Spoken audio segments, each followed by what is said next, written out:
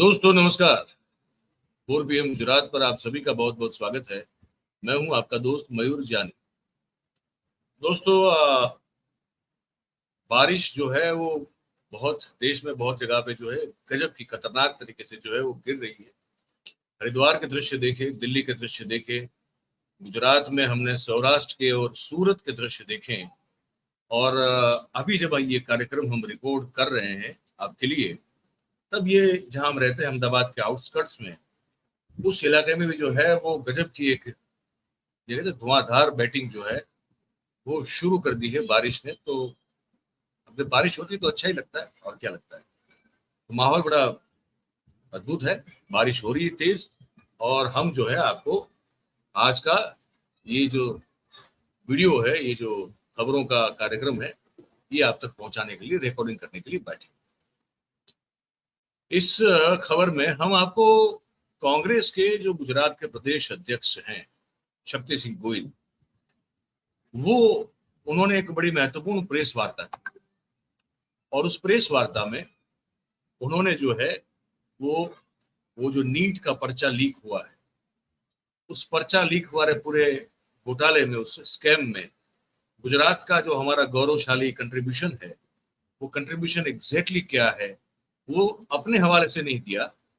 उसको, उस पूरी बात को शक्ति सिंह गोहिल ने, जो DYSP है गोधरा के, उन्होंने जो एफिडेविट दर्ज मतलब दायर की है, जो सबमिट की है कोर्ट में, उस एफिडेविट में क्या लिखा है वो सब चीजें जो है वो अपनी इस प्रेस वार्ता में बताई। तो हमको लगा कि ये बड़ा महत्वपूर्ण मुद्दा है, और खुलासा हुआ है तो DYSP जो कि जांच अधिकारी है उसकी एफिडेविट के चलते हुआ है। तो ये तो एक तरह से खरा सोना है। ये जो भी बात है वो सब जो है वो हमें आप तक पहुंचाना बहुत जरूरी है, क्योंकि देश में बच्चों के भविष्य के साथ हो रहे खिलवाड़ में ये एक और अद्भुत उदाहरण था, जो कि ये सरकार लगातार पिछले 10 साल में की थी, अब भी कर। तो पहली बार जो है, ये पहली बात ये बताइए शक्ति सिंह गोहिल ने। थोड़ा लंबा होगा, 15-20 मिनट का वीडियो रहेगा, लेकिन जानकारी जो आपको यहाँ पे मिलेगी उसको आप ध्यान से गौर से देखिएगा, बड़ी काम की चीज है। तो ये बात जो है वो शक्ति सिंह गोहिल ने पहले ये बताई, आप सुनिए। में यह एक एफिडेविट है। Deputy superintendent of police DYSP NV Patel की ये एफिडेविट है, और सेशंस कोर्ट गोधरा में यह एफिडेविट फाइल हुई है। गौर से सुनिएगा, मैं यही बात रखूंगा जो इस एफिडेविट में है, और एक जिम्मेवार ऑपोजिशन पार्टी के नाते जिम्मेवारी के साथ कुछ ऐसी चीजें जिसको आप सुनेंगे, देश की जनता भी सुनेगी तो चौंक उठेगी, ऐसी कुछ सच्चाई मैं आप सभी के सामने रखने जा रहा हूं। यह एफिडेविट कोर्ट में फाइल हुआ, उसमें जो लिखा है और कुछ सच्चाई आप सब जानते हो कि सुप्रीम कोर्ट के सामने सरकार ने कहा कि नीट की एग्जाम में कोई धांधली नहीं, पेपर लीक नहीं हुआ। भारत सरकार ने, मंत्री ने कह दिया सब चंगासी। Deputy superintendent of police on oath affidavit पे सेशंस कोर्ट में कह रहे हैं कि किस तरह का ये स्कैम था। इन्वेस्टिगेशन के दौरान करोड़ों रुपए मिले हैं, ढेर सारे ब्लैंक चेक मिले हैं उन बच्चों के पेरेंट्स की ओर से जिन्होंने नीट की एग्जाम दी है। Deputy superintendent of police on oath affidavit में कहते हैं कि साहब एक ऐसा स्कैम था कि महाराष्ट्र, ओडिशा और बिहार और स्टेट से, माने जब आप नीट की एग्जाम के लिए एप्लीकेशन डालते हो तो आपके पास एक ऑप्शन होता है कि आप कौन सा सेंटर पसंद करोगे, और अगर उस सेंटर में, एक सेंटर में 300 स्टूडेंट बैठ सकते हैं और एप्लीकेशन 500 की आ गई तो फिर कंप्यूटराइज ड्रॉ होता है कि कौन से स्टूडेंट वहां जाएंगे, पर आपको चॉइस मिलती है। तो ये एफिडेविट कहता है कि बिहार, ओडिशा, महाराष्ट्र और कई राज्यों से जिनके साथ इनका सेटिंग हो गया, उनसे एडवांस पैसे लिए, एडवांस में ब्लैंक चेक लिया और उनको कहा गया कि आप जब नीट का एप्लीकेशन लिखो उसमें लिखो कि हमें हमारा सेंटर जय जलाराम स्कूल गुजराती मीडियम ही चाहिए। माने आप समझ सकते हो कि गोधरा डिस्ट्रिक्ट में जहां एयरपोर्ट नहीं है सेंटर पे, वहां कोई उड़ीसा से, कोई बिहार से, कोई महाराष्ट्र से एग्जाम देने जा रहा है। क्यों जा रहा है? क्योंकि एक सेटिंग हुई। इस एफिडेविट की बातें मैं कर रहा हूं, हां, मैं मेरा नहीं कह रहा हूं, डीवाईएसपी की एफिडेविट बोल रहा हूं। वहां से लोग आए, सेटिंग ये थी कि आपके बच्चे को 100% मार्क्स मिला के मेडिकल में एडमिशन मिले, तब हम ये ब्लैंक चेक में पैसे भरेंगे, और कौन सी मेडिकल कॉलेज में आप जाते हो उसके रेट थे, इसलिए ब्लैंक चेक, और 10-10 लाख रुपए एडवांस लिए गए थे। तो ये आप समझिए कि क्या मामला था कि जय जलाराम स्कूल में आप गए, आपके बच्चे को कह दिया कि अगर जो आपके पास पेपर आता है उसमें आपको जो आंसर आता है 100% श्योर हो उसको टिक करो, बाकी ब्लैंक छोड़ दो।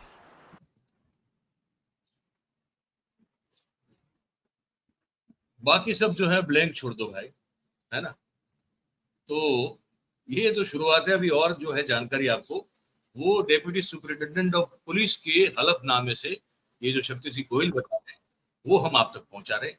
आगे और सुनिए। और एक्यूज्ड कौन है मैं उसके बारे में आपको बताता हूं। एक रिकॉर्डिंग चालू से पता एक्यूज नंबर 1 जो पहला गुनेगार है वो है तुषार रजनीकांत भट्ट। वो नीट परीक्षा के लिए, नीट की एग्जाम के लिए सेंटर सुपरिटेंडेंट है, और वो जय जलाराम स्कूल जो है, जय जलाराम पे अभी आप बाद में सुनेंगे कि क्या उसका जय जयकार है, वो मैं बताऊंगा आपको। पर ये जो जय जलाराम स्कूल है उसके अंदर वो प्रोफेसर है, और उसको नीट का डेप्यूटी सेंटर सुपरिटेंडेंट बनाया गया। वो गुनेगार नंबर 1 है। उसके बाद है नंबर 2 पुरुषोत्तम महावीर प्रसाद। वो है पूरे नीट की एग्जाम के लिए सीटी कोऑर्डिनेटर, माने एक ही सेंटर नहीं, जितने सेंटर्स उधर है उनका सीटी कोऑर्डिनेटर है। और वो कौन है? जय जलाराम का प्रिंसिपल है। जय जलाराम याद रखिएगा आप जरा, क्योंकि जय जलाराम की आगे बात आएगी। ये 2 मेन एक्यूज्ड ये हुए।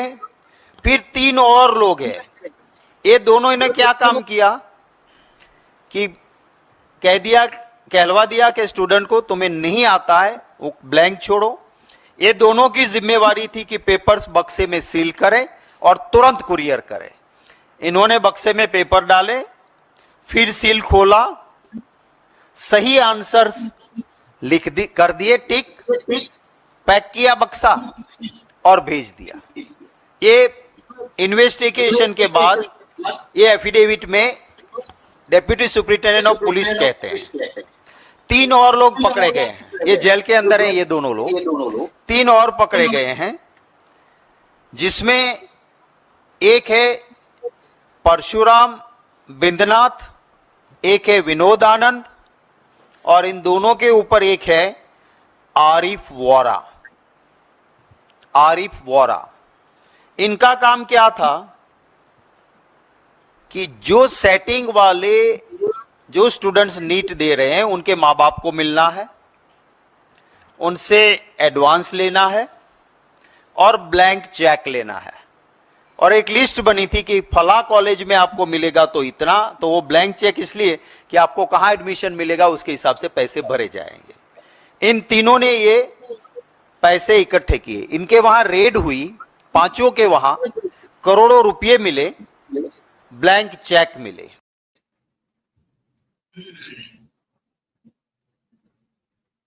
तो करोड़ों रुपए भी मिले, ब्लैंक चेक भी मिले। और ये जो आरिफ वोरा जिसका नाम आपने अभी सुना, ये आरिफ वोरा कौन है?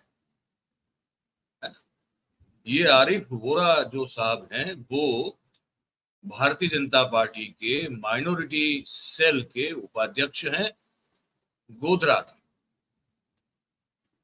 और इनके जो ताल्लुकात हैं भारतीय जनता पार्टी के सुप्रीम लीडर से लेके वहां के जो एमएलए तक जो है वो कुछ अजब है, गजब है। वो उस बात का खुलासा जो है वो भी शक्ति सिंह गोयल जो है, ये आगे आप जब सुनेंगे तो उस पर पूरी तरह से वो कर रहे हैं, with photographs and with everything वो दिखा रहे हैं, विथ प्रूफ। वो जो है आप जरा उसको देखिएगा, उसके बाद फिर बात करेंगे। ये देखिए और ये सुनिए। जो ये आरिफ वोरा जनाब है वो क्या है? वो बीजेपी के वाइस प्रेसिडेंट है मोर्चा के माइनॉरिटी डिपार्टमेंट के। और उनकी तस्वीरें कहां कहां है, फर्स्ट पार्ट दिखाइए जरा।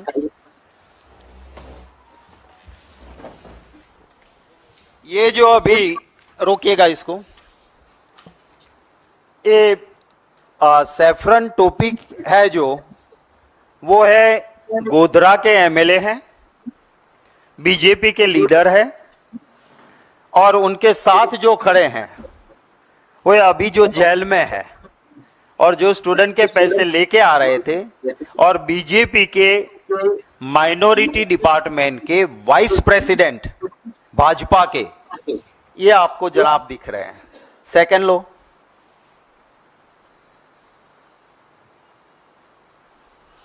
रोको, थोड़ा ऊपर ले सकते हो इसको। प्रधानमंत्री जी के साथ ये इनका प्रोफाइल है। ये अभी जेल में, ये जनाब खाता नहीं खाने देता नहीं के साथ, करोड़ों से कम खाता नहीं, सच बोलने वाले को चैन की रोटी खाने देता नहीं। नेक्स्ट, ये युवा नेता है बीजेपी का, वो पुष्प गुच्छ दे रहे हैं इनको। नेक्स्ट, ये एक्स मिनिस्टर है, बीजेपी के विधायक है। उनके साथ ये जो बीजेपी का कमल वाला जो खेस पहने हुए हैं वो अभी जेल में है, भाजपा के वाइस प्रेसिडेंट माइनॉरिटी डिपार्टमेंट। क्योंकि इसको अब ये पूरा लाइसेंस मिल गया है भ्रष्टाचार करने का, क्योंकि कमल वाला खेस पहना है। नेक्स्ट,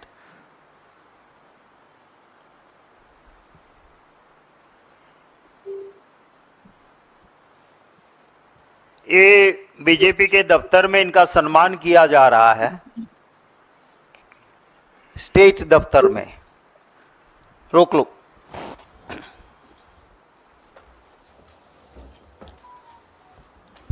इन लोगों ने मिलके